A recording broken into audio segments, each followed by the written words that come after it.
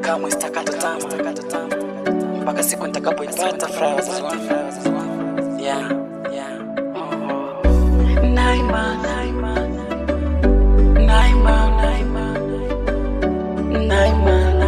ipo siku.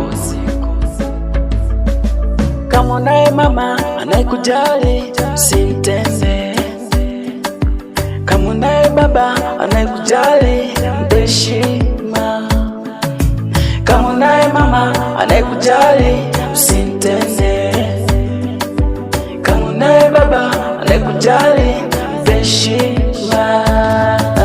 Awe mlevi maskini, huyo ni mzazi wako. Awe kilema kiziwi kipofu, usimdharau. Mimi mwenzenu natamani ni upate upendo wa wazazi. Hapa mwenzenu natamani nizione hata sura zao.